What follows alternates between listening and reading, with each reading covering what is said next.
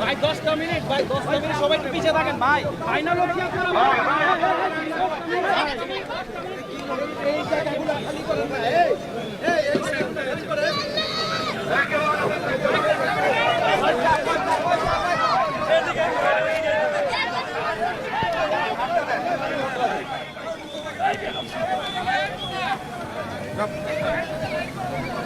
এই তোমরা অনেক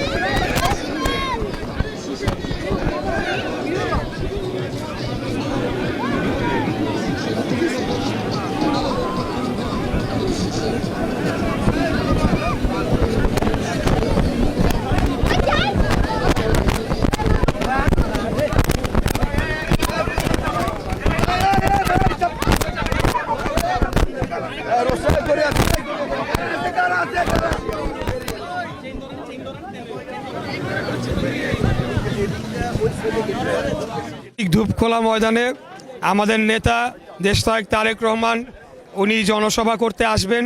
সেজন্য আমরা আজকে রাত থেকেই এই মাঠটিকে প্রস্তুত করছি এবং যেহেতু শীতকাল এখানে কিছু ধুলা ছিল যার কারণে আমরা স্প্রিংকলার সিস্টেমের মাধ্যমে এই মাঠটাকে প্রস্তুত করছি। আমরা আশা রাখি আগামীকাল এই মাঠে কানায় কানায় পূর্ণ হয়ে যাবে। আমাদের নেতা দেশনায়ক তারেক রহমান ওনার গুরুত্বপূর্ণ দিক নির্দেশনামূলক বক্তব্য দিবেন এবং এই মাঠের বেশিরভাগ যারা নেতাকর্মী তারা অত্যন্ত নির্যাতিত, অনেক জুলুমের শিকার হয়েছে।